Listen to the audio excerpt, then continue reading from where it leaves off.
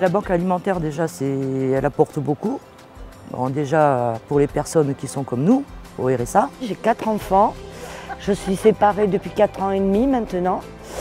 Et je suis arrivée au camion par rapport à l'assistance sociale. On doit donner 8 € pour les surgelés seulement et le reste c'est gratuit. C'est vrai que ça nous permet de faire manger nos enfants à leur faim. Là on a des légumes frais, on a tout ce qu'il faut pour leur faire des bons repas. Là c'est la deuxième année qu'on a attaqué ce projet.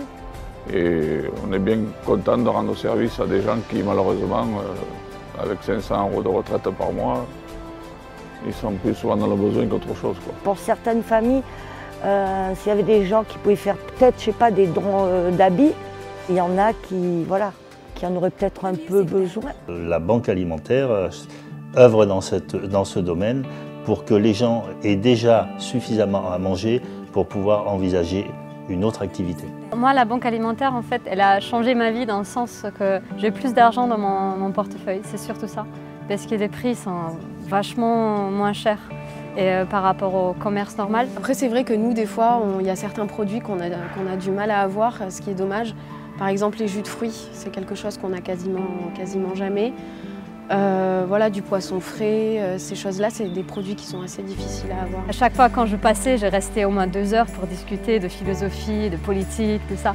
Donc je pense que c'était ça aussi qui me plaisait bien. Ouais. L'association MMF, c'est une association de médiation. Médiation linguistique, médiation culturelle, médiation sociale.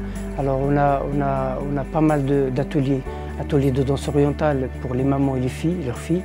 On a un atelier de cuisine que nous avons commencé à l'initiative, c'était travaillé avec la banque alimentaire. L'atelier cuisine, on a commencé récemment puisque l'association n'est pas très vieille. Là aujourd'hui, on a un atelier de cuisine. Ça m'a permis de connaître les personnes qui sont dans le même cas que moi. Et je veux dire, on arrive à se donner des recettes, je veux dire, on arrive à avancer malgré les problèmes. Je veux dire, on oublie et on est là dans la joie et dans la bonne humeur.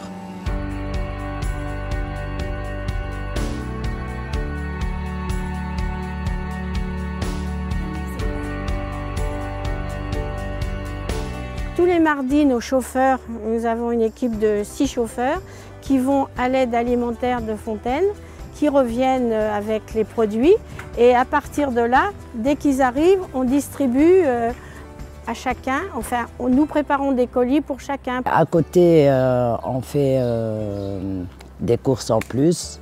Pourquoi? Parce que voilà, par exemple, pour 2-3 personnes, 2 paquets de lait ou 3 paquets de lait, c'est moi, mes 2 garçons, ils boivent 1 litre de lait par jour chacun, quoi.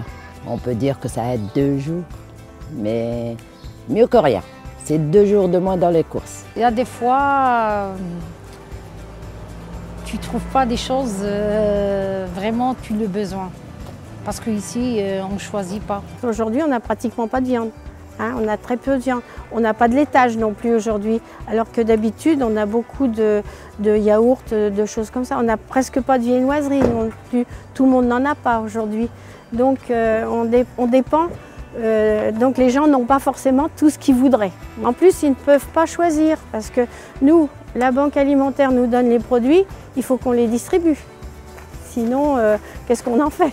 La banque alimentaire, c'était pour moi un endroit où j'ai pu rencontrer plein de gens. On sort du cadre où on vient chercher un panier. On a le cadre vie sociale qui existe.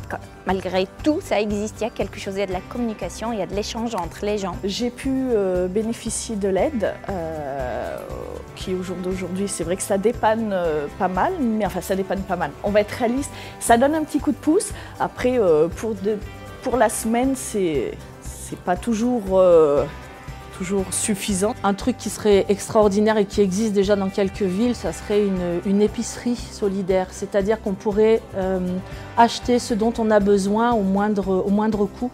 Le fournil, c'est toute une histoire.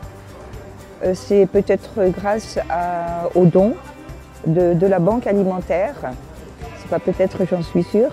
Tous les jours, nous Nous nourrissons au moins 80 personnes à midi, et très souvent entre 80 et 100. On prend des repas pour le prix d'1 € avec le service compris.